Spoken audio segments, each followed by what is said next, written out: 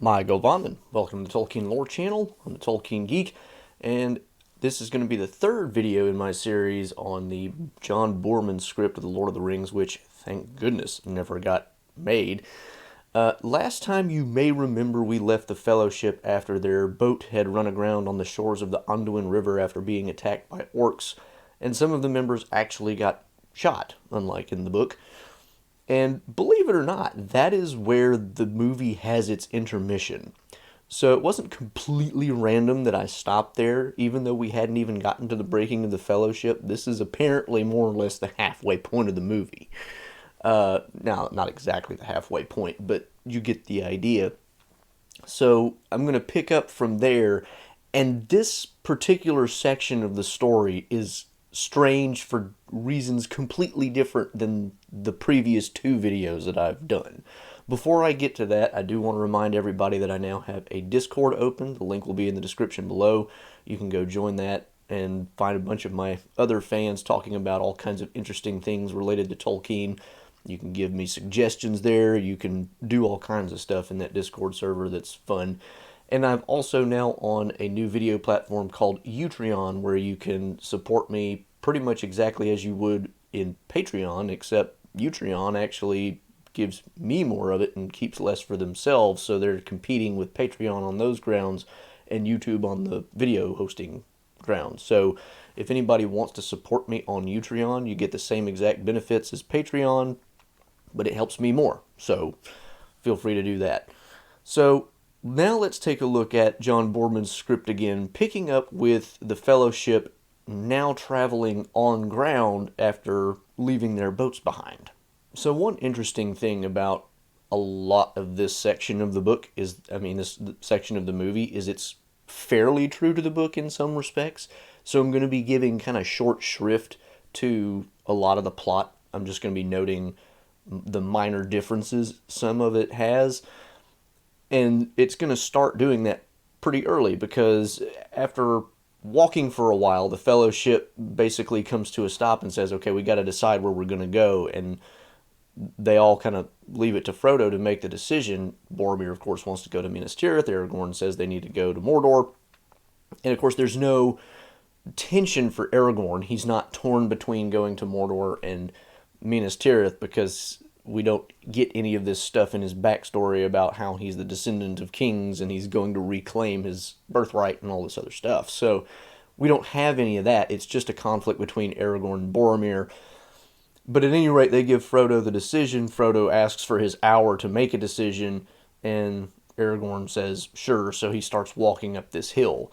The Boromir-Frodo scene happens more or less as in the book, just truncated down for obvious time compression reasons. And unlike in the book, where Boromir comes back and then tells everybody what's going on, and then they all scatter off and try to look for Frodo, the rest of them just become restless in the waiting and decide to go look for Frodo. And they meet Boromir coming back down the hill, who just kind of inarticulately says that, Frodo is up there somewhere, because he doesn't really know, and he's still kind of weepy from the whole event. Meanwhile, Frodo has had his vision of seeing a bunch of different things going on in Middle-earth, though there's no Amon Hen per se, and he gets his encounter with the Eye or the Tower and has his instant where he's trying to take off the ring, and here he does it without any prompting of a second voice. It's not like there's two voices yelling at him and then suddenly he has this moment of clarity where it's just him. It's just he's struggling and he finally takes it off. So it's a little bit different there, but not hugely. After the rest of the Fellowship meet Boromir, the rest, all of them go on except Boromir and Merry and Pippin. Merry and Pippin are kind of straggling behind, and they wait with Boromir and kind of try to comfort him a little bit, but the rest of the Fellowship move ahead trying to find Frodo. They get to the top of the hill, and Aragorn ends up seeing Frodo actually in the distance, and Sam running after him, because Sam kind of realized what Frodo was probably doing. Although in this particular version of the story, it doesn't make a whole lot of sense, because there are no boats to get back to. There is no only way for Frodo to do what he plans to do. So how would Sam know where to find Frodo in this particular case? So it doesn't flow as naturally as the book version, because in the book version, Sam knows what Frodo's going to do because he has to go back to the boats. Here, that's not true because there's no river to cross, which is, I don't know that I understand that decision on Boorman's part, like why it didn't cut any time to take the river out. But anyway, that's how Sam ends up going. He, decides to follow Frodo. How he knows where he went, who knows? But at any rate, Aragorn reaches a point where he's like up on top of the hill and he sees Frodo way out in the distance and Sam going after him, and he would go after them himself, except, well, the whole Uruk-hai thing. Of course, the Uruk-hai attack Boromir and Merry and Pippin while they're separated from the rest of the group. Boromir wields both his own sword and the other half of Narsil, which Arwen's ghost thing told Aragorn and Boromir to split. It's just so weird. But he's dual wielding with his own sword plus the half of Narsil that he has. And it goes, pretty much as normal. Aragorn ends up coming to him while Legolas and Gimli are also chasing other orcs around because they all heard his horn. And since there's no river to bury Boromir or to send him on the boat, they end up burying him under kind of this old dead withered tree. So not really a whole lot of differences in that aspect of it, except of course again it's kind of time compressed, but the basics of the story as far as Boromir's death are basically there. Once they have buried Boromir, they have to decide what they're going to do. Legolas and Gimli kind of assume that Aragorn is going to go to Minas Tirith because he made a death pledge to Boromir, which wasn't really super clear that he actually made a pledge to go to Minas Tirith. I mean, he talked about something along those lines, but it wasn't really clear that he made some kind of oath that he had to follow. But Aragorn decides, apparently despite his own feeling that he did the same exact thing that Legolas and Gimli think he did, that he's going to chase after Merry and Pippin instead, which is kind of weird. Like, why would you set it up that way? But at any rate, that's what they decide to do, and they set off running. And one of the weirdest unresolved things in the story happens here, because while they're running, there's this white horse that they notice running kind of across their path, or that's going to intersect their path, and presumably this is Shadowfax, although we never find out for sure. And Aragorn tries to, get in the horse's way and get it to stop so they can catch it and ride it, although how they're going to ride it with three of them is anybody's guess. But of course he doesn't, and Shadowfax, presumably that's the horse, runs on, and it's like, oh well, didn't get the horse. So it's just like, why is this, again, it comes down to this issue of, if you're going to compress the time so much, why did you throw in this completely pointless scene? Because let me tell you, this scene has no impact on anything that comes later in the story. It's just a random scene where a horse runs by and they try to catch it and they don't. And that's all we hear of it. Now the scene shifts back to Frodo and Sam, who have gotten into, it's not named this, but it's the Imminmuil. I mean, that's what they're doing. Pardon my pronunciation, I just don't have it in me this morning. My Imminmuil doesn't sound very good. But anyway, the traveling through is kind of normal, but there are some really strange differences between what they do before and after they meet Gollum that deserve note. For one thing, they don't use a rope to climb down the wall of rock that they end up getting down. They just handhold their way down, which is, again, you're going to time compress so much that you cut out the rope, but then you're going to have the scene with random Shadowfax crossing Aragorn, Legolas, and Gimli's path. Okay, fine. So they're climbing down. They, a lot of the stuff happens kind of as normal. Their encounter with Gollum is a little different, but not so much that it's just weird. The most bizarre thing about the encounter with Gollum is that he says or implies that Sting was forged by dwarves. What? I mean, there's no reason to change that element of it. I mean, the whole idea is that Gollum is really averse to elvish things in the book, not dwarvish things. Why is Sting suddenly a dwarvish forged weapon? That makes no sense at all.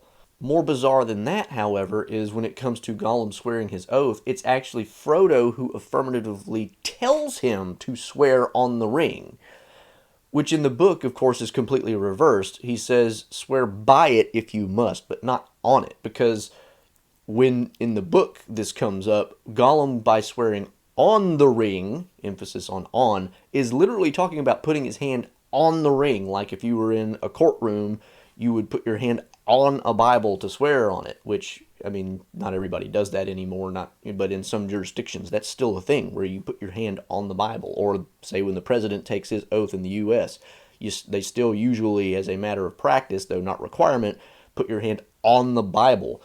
That is what swearing on something really means, and Tolkien knew it. But here, in Tolkien's version, of course, Frodo is like, no, you are not going to swear on the ring because all you want is to see it, and the sight of it would drive you mad. You could swear by it, but I'm not going to let you put your hand on it because I'm not stupid. Here, Frodo actually suggests that he swear on the ring, which is also kind of stupid because, as Frodo points out in the book, it will twist your words, but it will hold you. So it's like, it'll make you keep your oath, but you'll twist them and it'll be treacherous. So this whole idea of Frodo encouraging him to swear on the ring makes backwards sense in two ways, but, this is John Boorman's script where we can do whatever with the ring, and we'll find more of that later as we go along in the story, let me tell you. The only other major weird thing that happens in this early stage of Frodo, Sam, and Gollum being together is, as the sun starts to rise, Gollum has his typical reaction of, ooh, I don't like the sun. And Frodo says, okay, well, we'll stop for now. And they stop. And then Gollum keeps moving on, which is weird because he wouldn't want to do that because he doesn't like the sun. And then Frodo has to make him stop by reminding him of the oath that he just took. And see, this is another thing that's backwards from it, because in the book, Frodo is rather unconcerned about Gollum because he made this oath, and he knows that it will hold him for a long time, because there's nothing has come to the point where Gollum really has to make a decision between saving his precious or losing it forever. And so he's not usually worried in the book for most of the trip, because he understands that oath is going to hold Gollum, whereas here, Gollum is already forgetting about it, or deliberately forgetting about it, it's not clear which, and Frodo's having to remind him of it constantly, which means if he's already trying to break his word, he probably would throttle you in his sleep. And then we leave off with Frodo and Sam dozing off, and Gollum opens his eyes like, they're asleep. But then the scene shifts back to Aragorn, Legolas, and Gimli, and nothing is going to come of that. So it's like, we've already established that Gollum doesn't give a lick about keeping his word because he's already forgotten that he's made an oath, and you're just going to let him, okay, whatever, fine. Anyway, scene does shift back to Aragorn, Legolas, and Gimli. So here's where we get into Rohan, and things get strange. I mean, there are some changes here that make some sense given the time compression, but then there are some that are just like, why did this happen? So we see Aragorn, Legolas, and Gimli sleep, wake up, run on again. Here, it's Gimli who ends up putting his ear to the ground and hearing the horses. Which, okay, dwarves live in the ground. I mean, I can see why they made that change, but it's Aragorn who's supposed to be that kind of character here. Legolas sees the horses in a distance, and in fact, in this version of the story, he doesn't just see them, he sees them actually fight the orcs that took Merry and Pippin and have their battle. And so they continue running on to try to catch him, and they eventually reach the battlefield while the Rohirrim are still there, clearing up after the battle is over. Here we get another time compression decision, because we find out that Éomer is not Theoden's nephew, he is actually Theoden's son. And of course, we find out that there's a lot of politics going wrong in Rohan because Theoden is not wanting to go to war. Weirdly, it's Legolas who finds the tracks that lead to Fangorn, not Aragorn. And again, it's like Aragorn is supposed to be the tracker, but here, what is Aragorn's role in all of this? Like, from the very beginning, we've got almost no idea who this guy is, other than that he knows Gandalf and that I mean, that's it. And he's carrying the sword. We don't know that he's the heir of Elendil and Isildur. We don't know that. It's not made clear really until the very end of the story where it finally gets brought up. He's not a tracker. He's not a ranger. I mean, what is he? Why is he in this story? We have no idea to this point. Legolas is taking on his tracking skills. Gimli is taking his earth ground listening skills. It's like, why is Aragorn here? Anyway, all this is happening while the Rohirrim are still around clearing up. And while they're looking around and doing their thing, the horses suddenly get restless, and they all see a Nazgul riding across the plains of Rohan, and Eomer's like, oh, I got to go back to my dad, Theoden, and get him to finally decide to go to war so that we can defend ourselves. And Aragorn says, well, I'll be off to Minas Tirith, thank you very much. And that's not a joke. That's exactly where he's going next. We're not going to have any of the scene where they meet Gandalf and they go to Edoras and they meet up with Theoden. We're going to not get any of that. Some of that will come up later, but the script changes how and who and all of that with this. So this is where the story starts to get, like, the basic plot elements are there, but the way it's done is so mixed up, it gets bizarre. The scene then shifts back to Frodo, Sam, and Gollum. Gollum has wandered off when Frodo and Sam wake up, and Sam, of course, is concerned about this. Frodo says, oh, don't worry, he's sworn on the precious, and yes, he extends his S, which, I mean, okay, the ring is turning him into Gollum, apparently. That's a ring thing now, that it just makes you into whatever Gollum is, which I can kind of understand, but whatever. Gollum does come back, of course, and he's chewing on worms, because it's the food he can find. And then we get to the whole candles in the mist scene, and Gollum talks about how there was a battle fought there when he was young. So they're not just compressing the timeline of the story itself, they're compressing the timeline of the whole Third Age, which, you know, I mean, there's no real indication of anything like the sweep of time that Tolkien has in this script, so I guess whatever. And then, of course, Gollum ends up telling a little bit of his backstory as him doing the exposition and saying of himself that he was of Hobbit kind.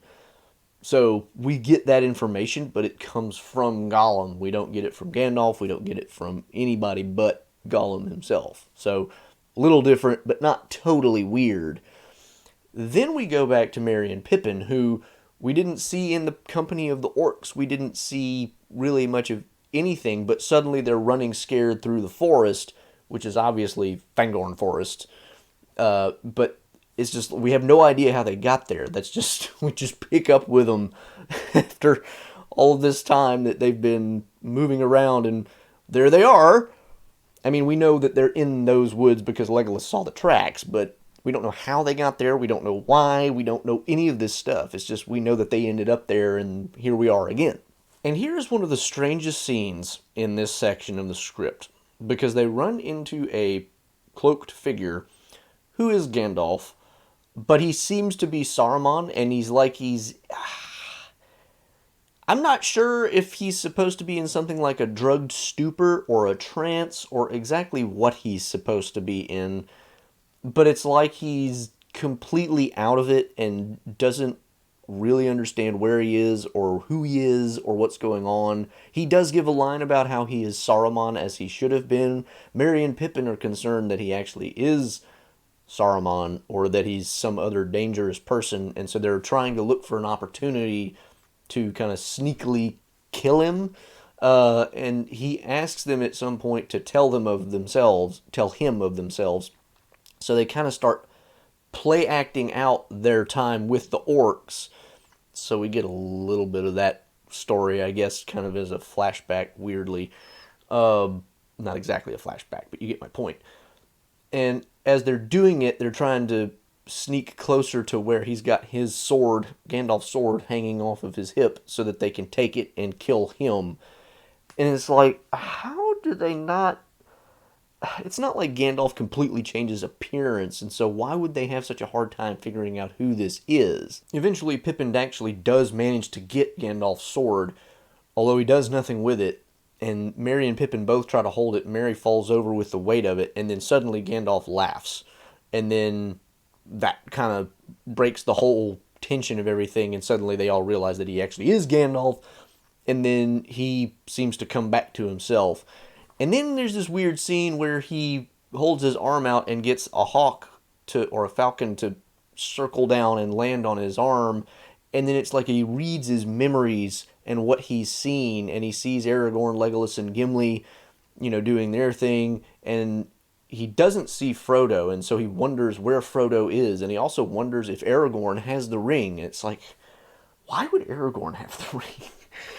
Then he actually sees Frodo and Sam, so that kind of, answers his question a little bit. Then he sees the Nazgul that was riding across the plains of Rohan, and he says, a wraith has arisen from the wraith essence that was in the river after the Nine got smushed by all the water and knocked off by all the elves on ponies, if you remember that scene.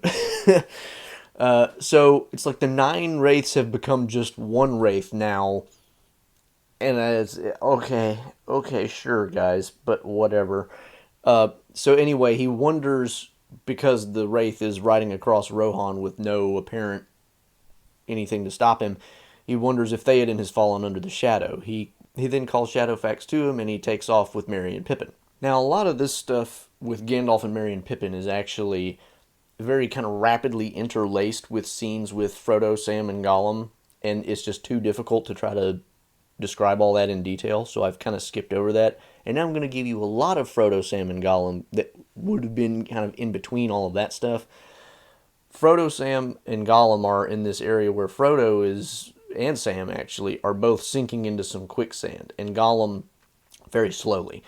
Gollum is doing his whole, should I take the ring or should I be nice, all of that, and he has this really hard time making a decision, and even starts kind of fighting himself physically over it. Like he reaches to grab it, and his other hand grabs it and holds it back, and it's a weirder scene than in the normal one because it's so physical, whereas in the book it's just him talking back and forth, and he might reach for something, but then he pulls his hand back. He doesn't actually have like one hand under control and the other one is not. It's not really how that works. So anyway, as Gollum is kind of fighting with himself back and forth, he ends up tripping somehow, which is kind of weird, and falling into the mire of the dead marshes, and is sinking, and apparently doesn't know how to swim and can't grab anything, and he calls for help, which wakes Frodo up.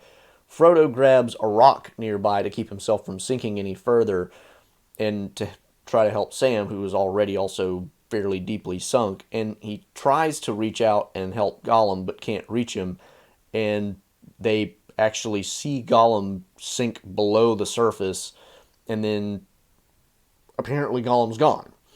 Sam points out that, well, look, there's Mordor, and so they wander on their own with no guidance from Gollum at all along the walls of Mordor. And by the way, by the walls of Mordor, I mean literally the walls of Mordor, because as described in the script, Mordor is not just surrounded by mountain ranges that are impenetrable. It's like mountain ranges, individual mountains interspersed with actual walls. Why that was done, I don't know. It doesn't seem to make a whole lot of sense, but we'll actually see why they did that in a minute. Frodo and Sam walking along the wall, we get this weird scene where Frodo starts to complain of the yellow face, just like Gollum. So again, it's like he's almost instantly turning into Gollum here. And, I can understand the idea that the progression of the ring is to make you like Gollum, but it shouldn't be this fast. I mean, it doesn't make any sense. But at any rate, they end up finding a tree to rest in for the night when they get exhausted. And then the scene shifts back to Gandalf, Merry, and Pippin.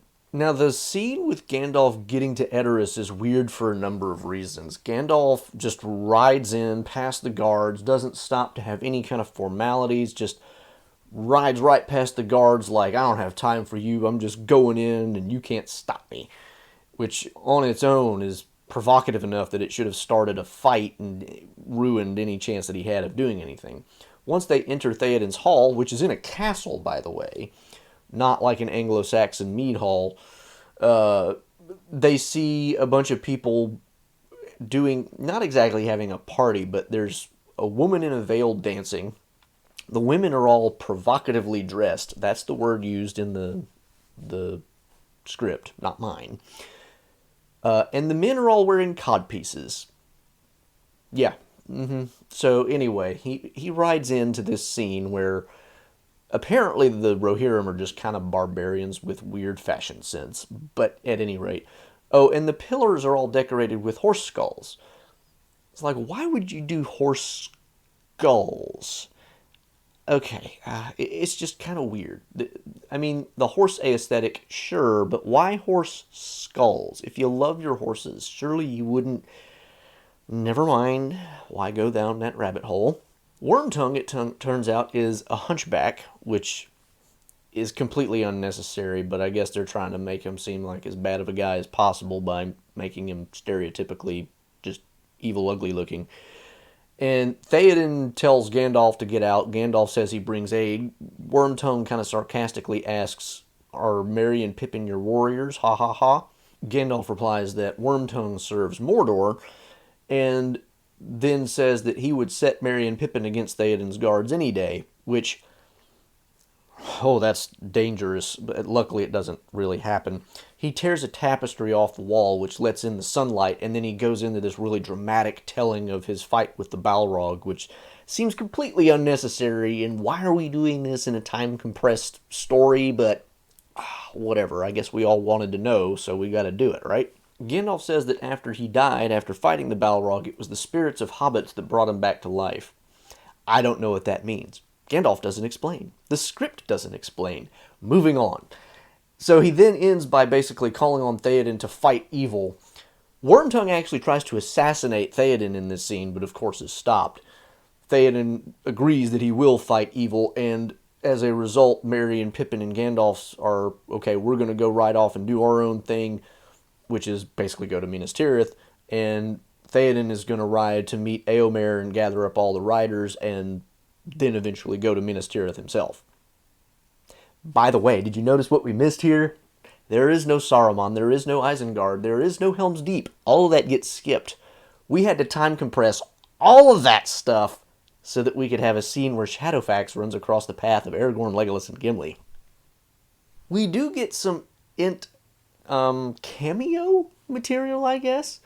Because when we return to Frodo and Sam sleeping in their tree, we find that the tree is very, in an Ent-like way, breaking through the wall of Mordor, which is right nearby, because the script even uses some of the language that Tolkien does about how Merry and Pippin describe the Ents doing their thing as if hundreds of years of tree root growth happens in a short amount of time.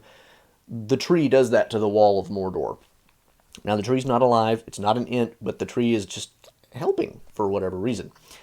And it breaks down the wall. Frodo and Sam recognize this, but they also see beyond the wall that there's a bunch of orcs that have also noticed that the wall has fallen down. And so, you have to wonder, how are they supposed to get in? Well, it's in one of the cheesiest, worst stealth scenes ever, because basically Frodo and Sam pick up a couple branches of the tree to hide behind, and they just kind of stand there at the wall, and when the orcs come to clean up the wall and put it back together, they inch inward slowly but surely, and every time like the orc captain who's overseeing the other orcs put the wall back together looks over, they stop, and then he looks away, and they keep inching towards Mordor again. And it's like, this is so corny, guys. I mean, this story is supposed to be serious, and then you throw in this absurd scene. It's just such a weird decision. But, of course, they don't have Gollum to help them get in through Shelob, so, I mean, you got to do something, I guess, and this was the only thing they could figure out to actually get them into Mordor. Next, we get this really weird montage scene, and it's basically kind of showing all the various groups making their way to whatever end they're going to get to. So you get some things that are not that surprising. Theoden, of course, meets with Éomer and tries to gather up more riders to go to Minas Tirith. Okay, fine. You get orcs moving towards the Black Gate. Okay, fine. We also get orcs spilling out of the Black Gate onto the Pelennor Fields, because apparently the Black Gate of Mordor just faces directly onto that now. because forget geography. We have a map in the dang book, but, you know, who needs to follow that? We haven't followed the story so far. So that's a little bit weirder. But what really gets weird is Aragorn is riding through an old battlefield and basically raises an army of the dead who stand up out of their graves and limp after him. Meanwhile, Legolas is running through a forest and calling on wood elves to come and fight, and Gimli goes to some pit, which apparently is a mine, and calls a bunch of dwarves to come fight.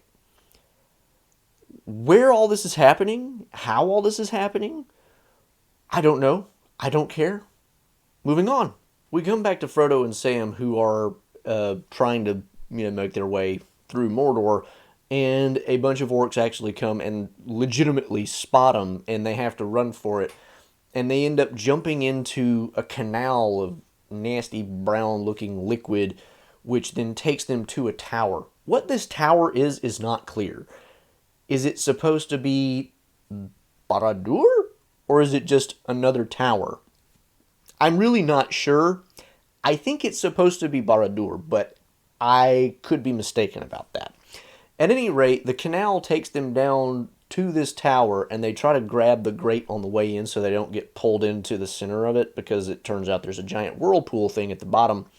But they end up in it, and next thing you know, they see this rope thing hanging down from above, and they manage to grab it and climb up into this kind of open space where there's not much of anything. Well, it turns out the rope was a giant spider thread, and this area is Shelob's lair. So they have their fight with Shelob, of course, which is completely different because of not being in a tunnel and all the other weirdness. And there's also this crazy part where Frodo, I think he's actually described as being kind of almost heady, almost like he's drunk or something. Not drunk, but like he's acting weird, not in a sober type way. And he says, "I'm going to slay it. I am the Lord of the Rings," which is like, oh my gosh, that's not a cool thing to say. Of course, this doesn't go well because Shelob immediately stings him with her tongue. Okay, that's a new one. And Frodo drops limp. Sam ends up, of course, fighting off Shelob in more or less the way that he does in the book.